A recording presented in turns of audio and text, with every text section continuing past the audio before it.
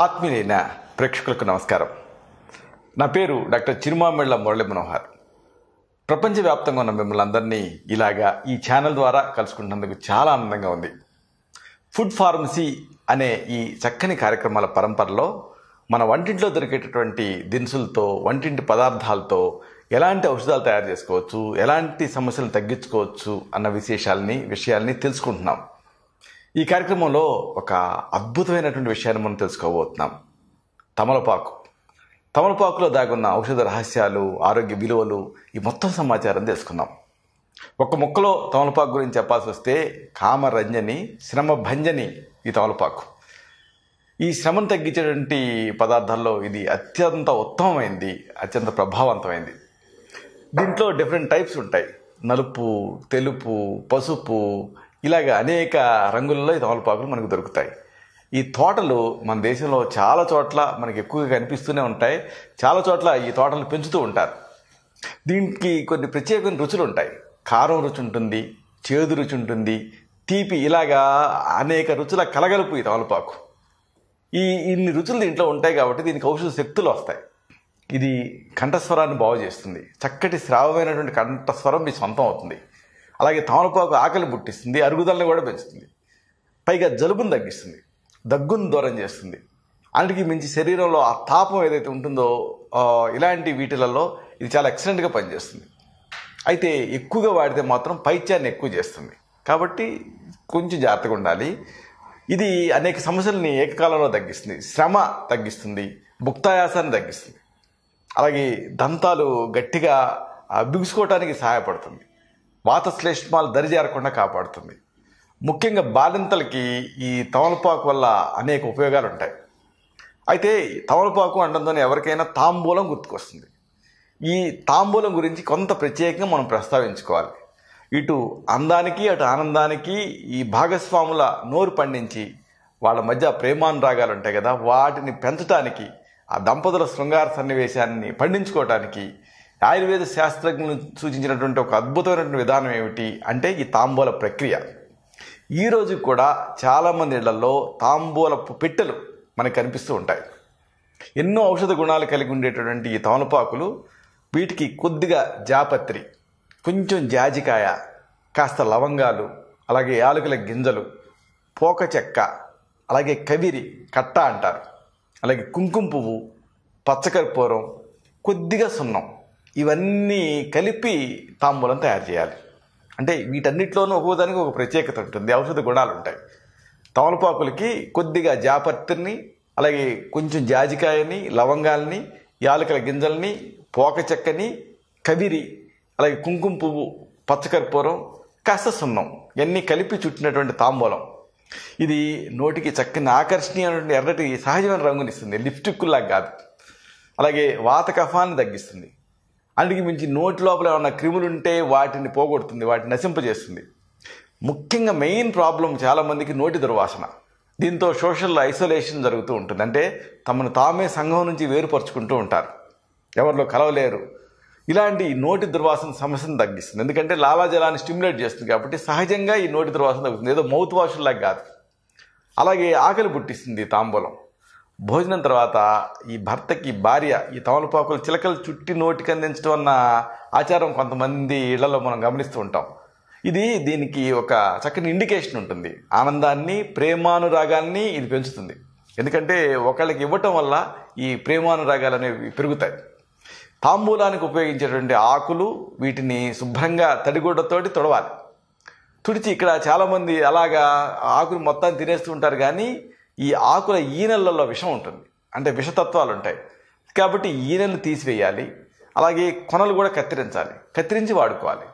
ఇలా చేస్తే దాంట్లో ఉండేటువంటి దోషాలు ఏమైనా ఉంటే తగ్గుతాయి. దోషరహితంగా ఇది పనిచేస్తుంది, ఆరోగ్యాన్ని ఇస్తుంది. ముఖ్యంగా ఈ తమలపాకులు చక్కని హాయిని గొలిపేటటువంటి మత్తుని కలిగిస్తాయి. అంటే ఆ మత్తు అనేది మీకు మిగతా ఆల్కహాలిక్ డ్రగ్స్ లాగా వీటిలాగా ఉండదు, ఒక రకమైనటువంటి హాయి అనిపిస్తుంది.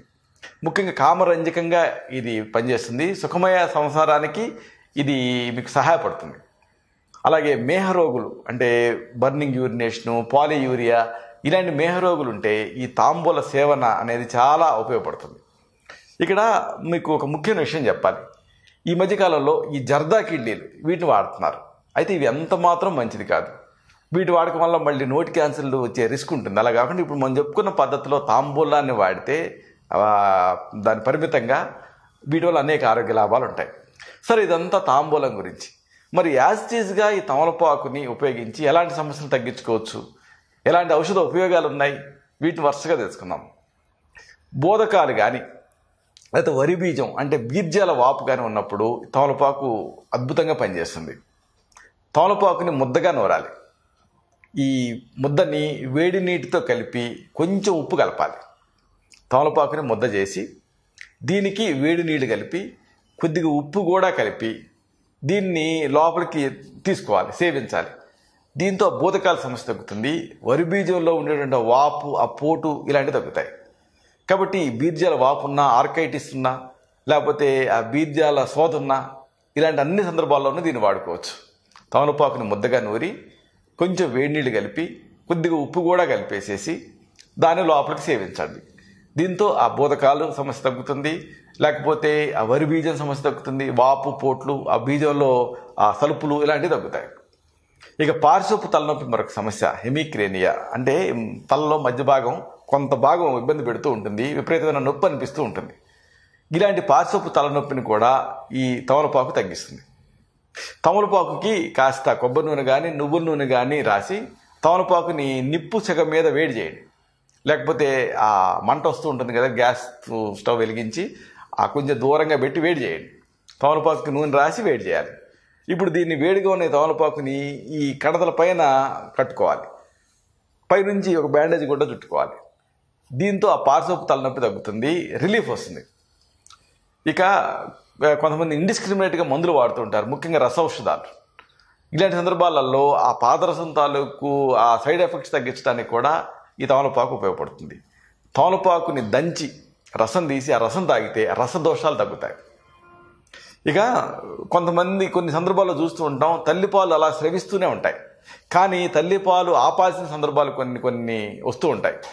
ఇలాంటప్పుడు ఆ తల్లిపాలని ఆపటానికి ఈ తమలపాకు ఉపయోగపడుతుంది. ఈ తమలపాకుల్ని వేడి చేసేసి ఆ రొమ్ముల మీద కట్టుకోవాలి. దీంతో ఎక్సెసివ్ అంటే ఆ తల్లిపాలు కనుక ఓవర్గా స్రవిస్తూ ఉంటే వాటి శ్రవణం అనేది ఆగుతుంది.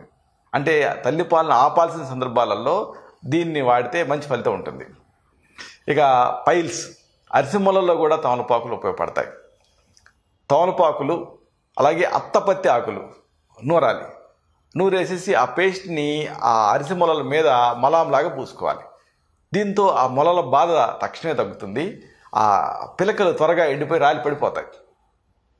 ఇక దగ్గు కానీ కఫం కానీ ఇలాంటి ఇబ్బంది పెడుతూ ఉంటే ఇలాంటి సందర్భాల్లో కూడా తమలపాకు ఉపయోగపడుతుంది. అసలు మేజర్ ఉపయోగం ఈ తమలపాకుకి దగ్గుని తగ్గించడంలో, కఫాన్ని తగ్గించడంలోనే ఉంది. తమలపాకుని దంచి రసం తీయండి. ఈ తమలపాకు రసానికి తేనె కలపండి సమానంగా. రెండింటిని కలిపి దాన్ని ఒక టానిక్ తాగినట్టుగా తాగండి, ఒక కాఫ్ సిరప్ తాగినట్టుగా తాగండి. తమలపాకుల రసం, తేనె. దీంతో ఆ శ్లేష్మం, ఆ దగ్గు, ఈ సమస్యలు తగ్గుతాయి. ఇక గొంతు బొంగురు కానీ గొంతు నొప్పి కానీ ఇబ్బంది పెడుతూ ఉంటే ఇలాంటి సందర్భాలలో కూడా తమలపాకు ఉపయోగపడుతుంది. ఇక్కడ మీరు వాడాల్సింది తమలపాకు వేరుని. తమలపాకును వేరు అలాగే మిరియాలు రెండు కలిపి ముద్దగా నూరండి. ఇప్పుడు ఈ ముద్దని బొగ్గను పెట్టుకొని ఆ ఓటను మింగుతూ ఉండండి. దీంతో గొంతు బొంగురు, గొంతు నొప్పి ఇలాంటి సమస్యలు తగ్గి కంఠస్వరం బాగుంటుంది. ఇక చెవిపోటు కానీ, చెవిలో చీము కానీ ఇలాంటివి కూడా జలుబు వల్ల ఇబ్బంది పెడుతూ ఉంటాయి, ముఖ్యంగా చిన్నపిల్లల్ని. కొన్ని సందర్భాలలో స్విమ్మర్స్ ఇయర్ అంటాం, అంటే ఈదటం వల్ల వీటి వల్ల ఇన్ఫెక్షన్ చేరి చెవిపోటు వస్తూ ఉంటుంది. ఇలాంటప్పుడు ఏం చేయాలి, తమలపాకుని బాగా దంచాలి. దంచి ఆ పేస్ట్ని గుడ్లో వేసి పిండాలి. ఇప్పుడు రసం వస్తుంది. ఇలాగా ఈ వేడి చేసినటువంటి తమలపాకు రసాన్ని చెవిలో వేయాలి, స్టెరిలైజ్ చేసిన తర్వాత, అంటే వేడి చేసిన తర్వాత. దీంతో ఆ చెవుల్లో తయారైనటువంటి ఆ పుండ్లు కానీ, లేకపోతే చెవి నుంచి స్రావం గారటం కానీ, చెవి పోటు కానీ ఇలాంటి సమస్యలు తగ్గుతాయి. కాబట్టి చెవి పోటు ఉన్నా, చెవి నుంచి స్రావాలు గారుతూ ఉన్నా ఇలా చేయండి.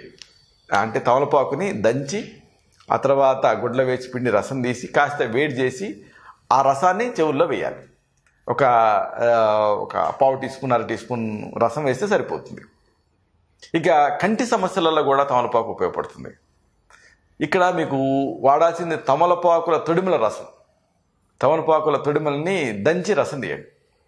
దీన్ని 1 లేదా 2 చుక్కలు మాత్రం ఉదయాన్నే కంటిలో జాగ్రత్తగా డ్రాప్స్ లాగా వేస్తూ ఉంటే ఈ కంటి సమస్యలలో ముఖ్యంగా కంటి అలర్జీలు ఇలాంటివి తగ్గుతాయి. అయితే పర్ఫెక్ట్ అంటే స్టెరైల్ కండిషన్స్లో దీన్ని వాడాలి. కన్ను కదా, ఏమాత్రం అజాగ్రత్తగా ఉన్నా, ఏమాత్రం అపరిశుభ్రత ఉన్నా మళ్ళీ అనవసరంగా ఇన్ఫెక్షన్ కంటిలోకి మీరు ప్రవేశపెట్టినట్టు అవుతుంది. ఇక పిల్లల్లో ఈ ఛాతిలో కఫం తయారవుతూ ఉంటుంది. దీంతో గురగుర అంటూ ఉంటారు. ఆ తర్వాత ఇక ఇది ఆస్మాలోకి దారితీస్తుంది. ఇలాంటప్పుడు పిల్లల్లో తయారైనటువంటి ఈ కఫాన్ని, ఛాతిలో పెరిగిపోయిన కఫాన్ని తగ్గించడానికి కూడా తమలపాకులు ఉపయోగపడతాయి. తమలపాకులకి పైన ఆవ నూనె రాయండి, లేకపోతే కొబ్బరి నూనె అయినా రాయొచ్చు, లేకపోతే నువ్వుల నూనె అయినా రాయొచ్చు. రాసి నిప్పుల సెగ చూపించండి, లేదా ఆ మంట తాలూకు సెగ చూపించండి. అంటే వేడి అవుతుంది అది. ఇలాగ తమలపాకుని నూనె రాసి వేడి చేసి ఆ ఛాతి పైన పరవాలి. ఒకవేళ ఈ యూరినేషన్ అంటే బర్నింగ్గా ఉన్నప్పుడు, మంట ఉన్నప్పుడు, అప్పుడు పొత్తి కడుపు పైన కూడా దీన్ని కట్టచ్చు. దీంతో ఆ శ్లేష్మం కరిగిపోతుంది, ఈ శ్వాసనాళాలు శుభ్రం అవుతాయి, దగ్గు ఆయాసం తగ్గుతాయి, పిల్లల్లో విరేచనం సుఖంగా జరుగుతుంది. పిల్లలకి ఇది చాలా మేలు చేస్తుంది. ఇక మూర్ఛలు, అపస్మారం ఇలాంటివి ఉన్నప్పుడు కూడా తమలపాకు ఉపయోగపడుతుంది. ఇక్కడ ఒక ఆసక్తికరమైన ఔషధాన్ని తయారు చేసుకోవాలి. మూర్ఛలు, అపస్మారంలో ఇది రామబాణంలా పనిచేస్తుంది. 9 వానపాములను తీసుకురావాలి. తెచ్చి వీటిని నీటిలో వేసి శుభ్రంగా కడగాలి. ఇప్పుడు ఈ వానపాముల్ని మజ్జిగలో వేసి 1 గంట నానబెట్టాలి. తిరిగి శుభ్రంగా కడగాలి. ఇప్పుడు 9 తమలపాకులతో ఈ వానపాముల్ని కలిపి నూరి శనగ గింజలంత మాత్రలు చేసి నిల్వ చేసుకోవాలి. రోజు ఉదయం సాయంత్రం 1 మాత్ర చొప్పున మంచినీళ్ళతోటి దీన్ని వాడుతూ ఉంటే మూర్ఛలు, అపస్మారాలు, భ్రమలు ఇవి తగ్గుతాయి. భూనాగ చూర్ణం అన్న పేరుతో ఇది ఆయుర్వేద మందు షాపులో కూడా దొరుకుతుంది. కానీ ఎవరికి వాళ్ళు తయారు చేసుకోవచ్చు ఒకవేళ దొరకకపోతే. 9 వానపాములని తెచ్చి నీటిలో వేసి శుభ్రంగా కడిగి మజ్జిగలో 1 గంట నానబెట్టి తిరిగి శుభ్రంగా కడిగి 9 తమలపాకులతో కలిపి నూరాలి. నూరి శనగగింజలంత మాత్రలు చేసి బాగా ఆరబెట్టాలి. ఉదయం 1 మాత్ర, సాయంత్రం 1 మాత్ర చొప్పున మంచినీళ్లతో లోపలికి వేసుకుంటూ ఉండాలి. మూర్ఛలు, అలాగే అపస్మారాలు అంటే ఫిట్స్, ఎపిలెప్టిక్ ఫిట్స్ ఇలాంటివి, భ్రమలు, అలాగే సింకోపియల్ అటాక్స్ ఇలాంటివి తగ్గుతాయి. ఇక సెగగడ్డలు కానీ వాపులు కానీ ఇబ్బంది పెడుతూ ఉంటే ఇలాంటి సందర్భాల్లో కూడా మీరు తమలపాకులు వాడుకోవచ్చు. తమలపాకులకి ఆవు నెయ్యి కానీ లేదా ఆముదం కానీ పూయండి. పూసి నిప్పు మీద వేడి చేయండి, లేదా గ్యాస్ స్టవ్ మీద కూడా వేడి చేయొచ్చు. డైరెక్ట్గా నిప్పుల మీద, మంట మీద పెట్టకూడదు, సెగ మాత్రమే చూపించాలి. ఇలా వేడి చేసేసి ఈ వాపుల పైన, గడ్డల పైన కట్టుకోవాలి. దీంతో ఆ వాపు, నొప్పి ఇలాంటివి తగ్గుతాయి. ఇక కొన్ని సందర్భాల్లో కంఠస్వరం దెబ్బతింటుంది, బొంగురవుతూ ఉంటుంది, దాంతో జీరొస్తూ ఉంటుంది. ఇలాంటి సందర్భాల్లో కూడా ఈ తమలపాకులు ఉపయోగపడతాయి. ప్రతిరోజు ఉదయం 2 లేదా 3 చెంచాల తమలపాకుల రసాన్ని లోపలికి సేవిస్తూ ఉండాలి. కాస్త తేనె కలిపి తీసుకోవచ్చు. దీంతో ఆ గాయకులకి కంఠస్వరం బాగుపడుతుంది, మంచి గమకాలు పలుకుతాయి కంఠంలో. ఇక ఈ కంటి రోగాలు కానీ, లేకపోతే తేలికాటు కానీ, దద్దుర్లు కానీ, దురదలు కానీ ఇలాంటి అన్ని సందర్భాలలో ఈ తమలపాకు ఉపయోగపడుతుంది. ఏం చేస్తారంటే తమలపాకుని ఒక పద్ధతిలో వాడాలి. ముందు పటిక అని దొరుకుతుంది. ఈ ఆయుర్వేద మందుల షాపుల్లో పటిక బెల్లం లాగా ఉంటుంది. ఇది పటిక, స్ఫటిక అంటారు సంస్కృతంలో. ఈ స్ఫటికని పెనం మీద వేడి చేస్తే పొంగుతుంది, పొడి చేయండి. ఈ పొంగించిన పటిక దీన్ని తమలపాకుల రసంతో కలిపి ఎండబెట్టాలి. కణికలు తయారు చేయాలి. చేసి దీన్ని సాండ్రాయి మీద అరగదీసి కంటికి దీన్ని ఒక అంజనంలాగా పెట్టుకోవాలి, ఒక కాటుకలాగా పెట్టుకోవాలి. కంటి రోగాలు తగ్గుతాయి. ఒకవేళ తేలు కుట్టిందనుకోండి, అలాంటి చోట దీన్ని రాయొచ్చు, అప్పుడు విషం దిగుతుంది. ఒకవేళ మొలలు ఉంటే ఆ మొలల పైన రాస్తే ఆ అరిసె మొలల సమస్య తగ్గుతుంది. ఒకవేళ దద్దుర్లు ఉంటే ఆ దద్దుర్ల మీద రాస్తే ఆ దురద తగ్గుతుంది, చర్మ రోగాలు తగ్గుతాయి. ఇలాగా ఈ తమలపాకుతో అనేక రకాల సమస్యలను తగ్గించుకోవచ్చు. అయితే ఇప్పుడు మనం చెప్పుకున్నవన్నీ కూడా ప్రథమ చికిత్సలు, గృహ చికిత్సలు. ఒక్కసారి ఈ సమస్యలు ఈ ప్రథమ చికిత్సల స్థాయిని మించి ఇబ్బంది పెడుతూ ఉంటాయి. అలాంటప్పుడు మీ నాడి చూసి, మీ తత్వాన్ని పరీక్ష చేసి మీకు మాత్రమే ప్రత్యేకమైన ఆయుర్వేద ఔషధాలు ఉంటాయి. వీటిని తగిన అనుపాన సహపానాలతో ప్రిస్క్రైబ్ చేయాల్సి ఉంటుంది. ఇలాంటి మరొక ఆసక్తికరమైన విషయాన్ని తిరిగి ఇదే ఫుడ్ ఫార్మసీ సిరీస్లో మనం కలుసుకున్నప్పుడు సవివరంగా, సహేతుకంగా, సమగ్రంగా తెలుసుకుందాం. శతం జీవ శరదో వర్ధమాన, శతం హేమంతాన్ శతం వసంతాన్, 100 శరత్తులు 100 హేమంతాలు 100 వసంతాలు వర్ధిల్లుతూ జీవించండి. శుభం.